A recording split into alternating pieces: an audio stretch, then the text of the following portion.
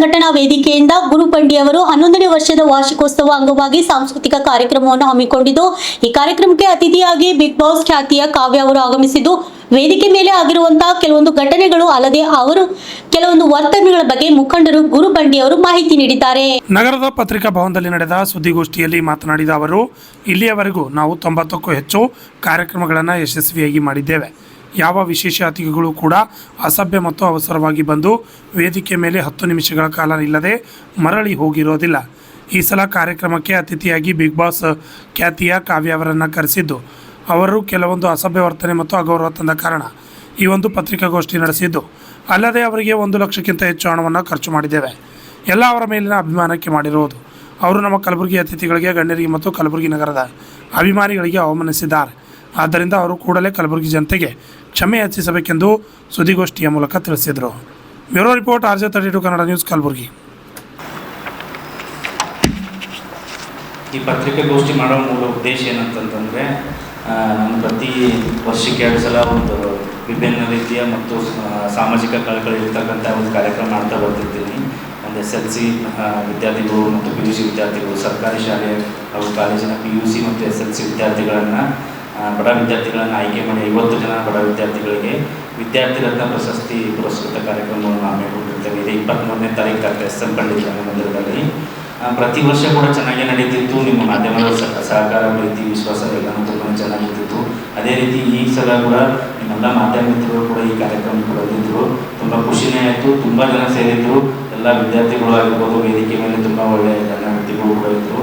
ಒಂದೇ ಒಂದು ಕೆಟ್ಟ ಅಹಿತಕರ ಘಟನೆ ಏನಾಯ್ತಂದರೆ, ಈ ನನ್ನ 90 ಕಾರ್ಯಕ್ರಮದಲ್ಲಿ ಆಗಿರ್ತಕ್ಕಂಥ ಒಂದು ಆಗದೇ ಇರೋಂಥ ಕಾರ್ಯಕ್ರಮದಲ್ಲಿ ಆಗದಿರೋಂಥ ಒಂದು ಕೈ ಘಟನೆ ಮೊನ್ನೆ ಒಂದು ನಮ್ಮ ಕಾರ್ಯಕ್ರಮದಲ್ಲಿ ಆಯಿತು.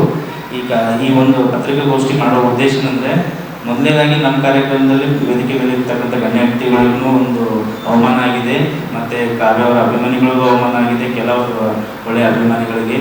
ಜೊತೆಗೆ ಕಲಬುರಗಿಯ ಜನತೆಗೆ ತುಂಬ ಅವಮಾನ ಆಗಿದೆ. ಏನಕ್ಕಂತಂದರೆ, ಸೋಷಿಯಲ್ ಮೀಡಿಯಾದಲ್ಲಿ ಕಲಬುರಗಿ ಬಂದ್ಬಿಟ್ಟು ಈ ಥರ ಆಯಿತು, ಕಲಬುರಗಿ ಬಂದ್ಬಿಟ್ಟು ಈ ಥರ ಆಯಿತು ಅಂತೇಳಿ ಎಲ್ಲ ಕಡೆ ಹೇಳ್ತಿದೆ. ಜೊತೆಗೆ ನನ್ನ ಮೇಲಂತೂ ಸ್ವಲ್ಪ ತುಂಬಾ ಅಪವಾದಗಳು ಬರ್ತಿದೆ. ಬರಲಿ, ಅದಕ್ಕೆಲ್ಲ ಒಂದು ಉತ್ತರ ಕೊಡಬೇಕು. ನಮ್ಮ ಕಲಬುರಗಿ ಮುಂಚೆಲ್ಲ ಅಂದರೆ ನಾನು 12 ವರ್ಷದಿಂದ ಈ ಕಾರ್ಯಕ್ರಮ ಮಾಡ್ತಾ ಬರ್ತಿದ್ದೀನಿ. ಮುಂಚೆಲ್ಲ ನಮ್ಮ ಕಲಬುರಗಿಗೆ ಯಾರಾದರೂ ಒಬ್ಬರು ಬರಬೇಕಾಗಿತ್ತು ಅಂತಂದ್ರೆ ವಿಚಾರ ಮಾಡೋಂಥ ಪರಿಸ್ಥಿತಿ ಇತ್ತು.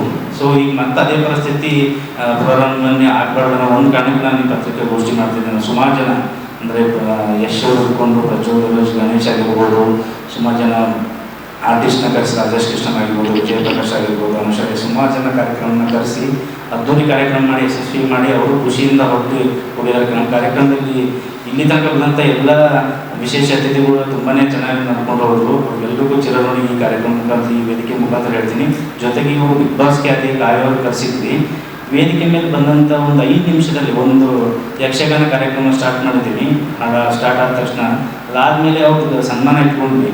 ಅದೊಂದು 5 ಇಲ್ಲ 7 ನಿಮಿಷ ಅಲ್ಲಿ ಕಾರ್ಯಕ್ರಮದಲ್ಲಿದ್ದು ವೇದಿಕೆ ಮೇಲೆ ಇರ್ತಕ್ಕಂಥ ಗಣ್ಯ ವ್ಯಕ್ತಿಗಳು ಕೂಡ ರಿಕ್ವೆಸ್ಟ್ ಮಾಡಿದ್ರು, ಇನ್ನೊಂದು 1/2 an hour ವಿದ್ಯಾರ್ಥಿಗಳನ್ನು ಪ್ರಶಸ್ತಿ ನೀಡಿ ಹೋಗ್ಬರ್ರಿ ಹಾಗೆ ಅಂತೇಳಿ ಎಷ್ಟು ರಿಕ್ವೆಸ್ಟ್ ಮಾಡಿದ್ರು. ಕೇಳ್ದೇ ಅಲ್ಲಿ ಕಾರ್ಯಕ್ರಮದಿಂದ ಕಾಲ್ಗಿರ್ತಾರೆ. ಯಾಕಂತಂದ್ರೆ ಬೇರೆ ಬೇರೆ ರೀಸನ್ ಹೇಳ್ಕೊಂಡು ಹೋಗ್ತಾರೆ. ಯಾಕಂದರೆ ನಾವು ಇಲ್ಲಿ ತನಕ ಅವರಿಗೆ ಅಂದರೆ ಮುಂಗಡವಾಗಿ ಅಂದರೆ ಟೋಟಲಿ ಅವರಿಗೆ ಬರೋಕ್ಕಿಂತ ಮುಂಚೆನೇ 1 ಲಕ್ಷ ರೂಪಾಯಿ ಅವರಿಗೆ ಅವ್ರದ್ದೇನು ಸಂಭಾವನೆ ಇತ್ತು ಆ ಸಂಭಾವನೆ ಕೂಡ ಕೊಟ್ಟಿದ್ದೀನಿ.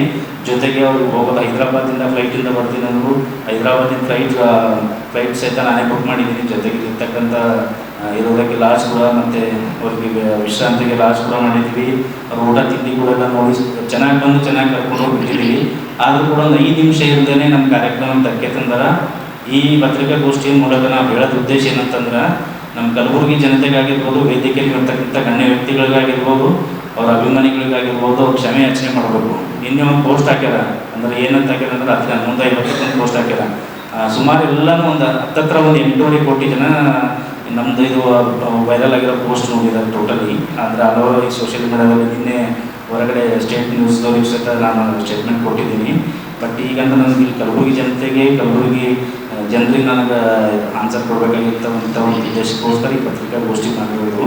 ಸೊ ಕಲಬುರಗಿ ಜನತೆಗೆ ಅವರು ಬೇಷರತ್ತಾಗಿ ಕ್ಷಮೆ ಕೇಳಬೇಕು ಅಂತೇಳಿ ಈ ಪತ್ರಿಕಾಗೋಷ್ಠಿ ಮೂಲಕ ಕೇಳಿಕೊಳ್ತೀನಿ.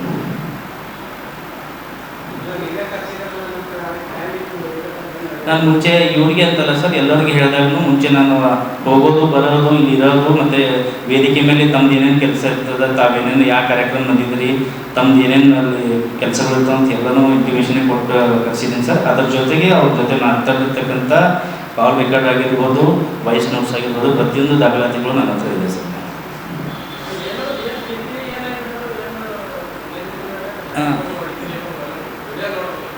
ಸರ್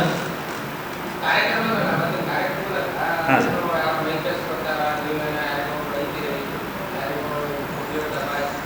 ಮೈಕ್ ಕಸ್ಕೊಂಡಿದ್ದು ಅವ್ರ ಅಭಿಮಾನಿಗಳು ಸರ್. ಅದರಲ್ಲಿ ನಾನು ನೂಕಿದ್ದು ನಾನೇ ಸರ್. ಏನಕ್ಕಂದ್ರೆ ಸ್ಟೇಜ್ ಮೇಲೆ ಬಂದು ಕೈ ಜಗ್ತಿದ್ದಾರೆ ಸರ್. ಹೋದ ಸಲ ಬಂದಾಗ ಒಬ್ರಿಗೆ ಕರ್ಕೊಂಡಾಗ ಕೈ ಜಗ್ದಾಗ ಒಂದು ರಿಂಗ್ ಅವ್ರು ತೊಗೊಂಡೋಗಿದ್ದಾರೆ. ಅಂದರೆ ಎಲ್ಲರೂ ಬರೋರು ಅಭಿಮಾನಿಗಳು ಅಂತ ಹೇಳೋಕ್ಕಾಗಲ್ಲ. ಅಲ್ಲಿ ಪಿಕ್ ವಾಟ್ರನ್ನ ಇವ್ರನ್ನ ಕಳ್ತನ ಮಾಡೋರು ಬಂದಿರ್ತಾರೆ. ಸೊ ಅದಕ್ಕೋಸ್ಕರ ನಾವು ಕೈ ಇದು ಮಾಡೋದು ಸೇಫ್ಟಿ ಮೆಜರ್ ನಮ್ಗೆ ಇಂಪಾರ್ಟೆಂಟ್ ಇರ್ತದೆ. ನಮ್ಮ ಕಾರ್ಯಕ್ರಮ ಕಳಿಸಿದ ಮೇಲೆ ಆರ್ಗನೈಸರ್ ಮೇಲೆ ಬರುತ್ತೆ ಅನ್ನೋ ಕಾರಣಕ್ಕೆ ಸ್ಟೇಜ್ ಮೇಲೆ ಬೌನ್ಸರ್ಸ್ ಇಟ್ಟಿದ್ವಿ ಸರ್.